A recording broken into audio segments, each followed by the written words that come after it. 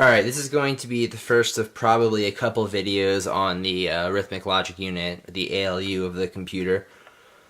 Basically, we have a very basic ALU right now. We can add, subtract, we can AND, OR, and XOR. So, we'd like to add a few more things. We'd like to be able to multiply, and we'd like to optimize our ALU. Currently, it's pretty inefficient in terms of power consumption. And then also, we could use a few more adders for everything else in the computer, just the program counter. We could speed up a lot of the execution by having physically more hardware instead of having to run back through, the ALU multiple times to perform certain calculations. So we're going to start off by looking at just a simple full adder. So what we have here is a 1-bit full adder, and it accepts 3 inputs, and it will give you 2 outputs. So these 2 lights are going to be our outputs. And these white jumper cables here represents our inputs. So they're all tied low. And basically, what we're doing here is we have an A and a B. So just 2 numbers. And then we also have a carry in, which can represent the overflow from any kind of previous operation or any kind of flag or input we might need for our adder.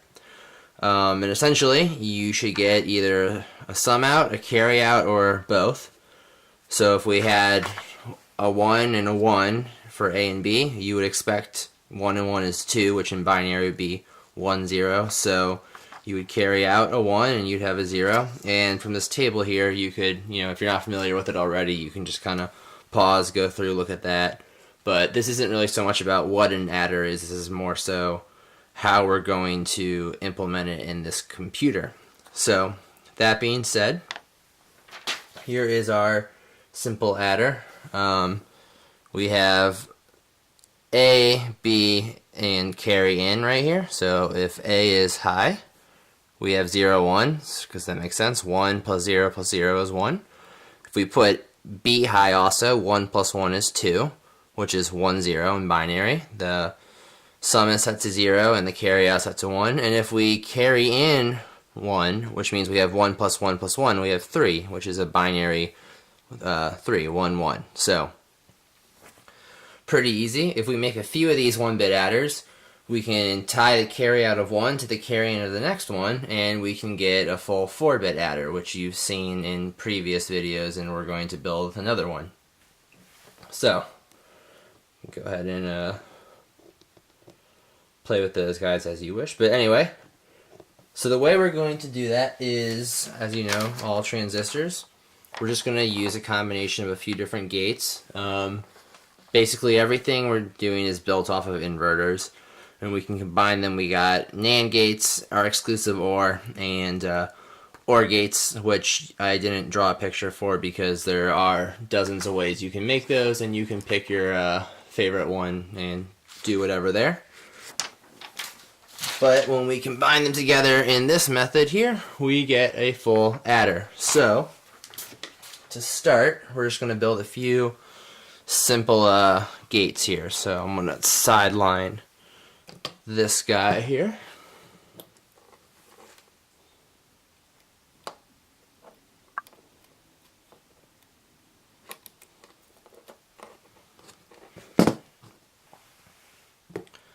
Alright, and then we'll build something really simple, like a simple AND gate, because everyone needs those.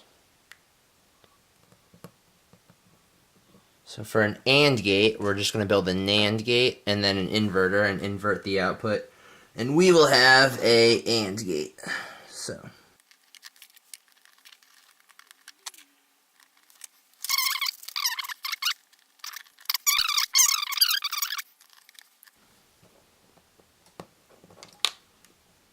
perfect. So there we go. Here's a NAND gate. Both inputs are tied low. If I tie one high, so the output's still on. If I tie the other one high and keep that one low, output's still on. If I tie them both high, the output turns off, not AND. So it makes sense. Now if we want to make an AND gate, we'll just take that output off, and we'll just invert the output of this AND gate right here. And as you'll see, we can very easily make our logic gates. The actual resistor values I'm using here kind of depend on the full implementation I'm using. So in a larger circuit, like some of these adders, I very specifically have chosen the values I use to make sure it's running smoothly and there's no undetermined behavior in my circuits. Make sure all the transistors are fully saturating and everything I expect to happen is happening. If I'm just building, one little logic gate, I can normally get away with pretty much any values that don't fry the transistors, just because there's not much dependencies, and if the transistors aren't saturated or fully and forward active, you'll still get the output you want. So I have both inputs tied low and my output is low. So if I put one high, my output's still low. If I put the other one high, output's still low. But as soon as they're both high, my output turns on. So we just built a simple AND gate like that, and it's only three transistors. So this is pretty stable. It works very reliably. I have no problems with it. So this is how we implement the AND gates with transistors. The only downside to this is it's pretty heavy on the power consumption with the current values of resistors I'm using. So for larger scale implementation, you kind of want to be a little cautious of what you're doing, otherwise you're going to start to draw a lot of current. So easy enough. The more complicated one to make is probably or exclusive OR gate. So we will go ahead and make one of those. So if you can make an exclusive OR gate, and you can make an AND gate and an OR gate, you can make a full adder. So the exclusive OR, we actually just break down into a couple of different gates here. We have an AND gate, an OR gate, and a not AND gate. Pretty easy. So we already have our AND gate. Let's just make an OR gate and a not AND gate. The not AND gate is real easy. It's the same thing we made before. We just don't invert the signal. So just throw another gate right here.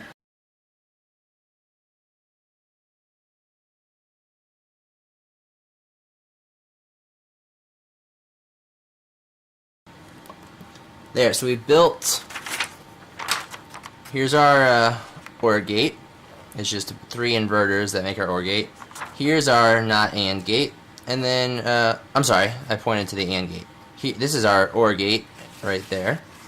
This is our NAND gate right here, and then this is our AND gate from here. So our last piece of output is this AND gate, so we're going to go ahead and put the light LED on him there. Perfect.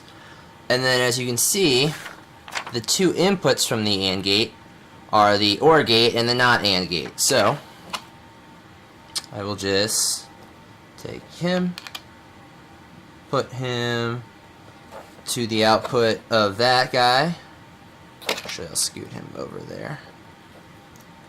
And then I'm going to need a longer jumper cable. And I will connect this other input to the output of this OR gate. There we go. Now this isn't going to be as tidy as I like it to be, because we are, like I said, kind of running low on space, but I need to take the output of this inverter and connect it to that guy there. There we go. Okay. And now that these 2 outputs are tied to there, we just need to take these 2 inputs from each of these OR gates and NAND gates and just tie them together so we're inputting the same thing to both spots at both times. Otherwise, we will have some non-deterministic behavior, and that's not good. So we'll tie input from here to input there.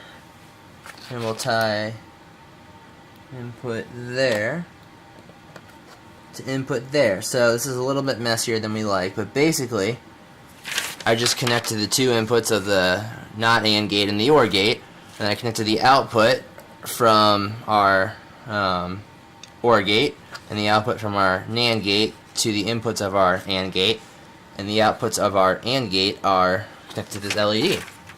So, if I grab a jumper cable and I connect it to power, so right now we have nothing tied to the inputs, and we have a low signal in the output. If I give it power to one input, it turns on, and if I give it power to the other input,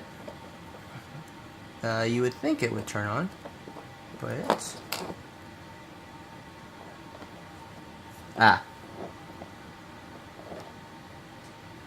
I missed power on this guy. There we go.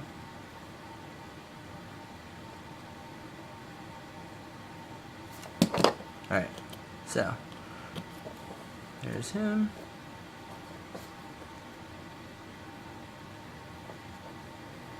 Excellent. There we go. So I give one power, it turns on. I give the other power, it turns on. But if it's exclusively OR, it means it can only be one or the other, not both.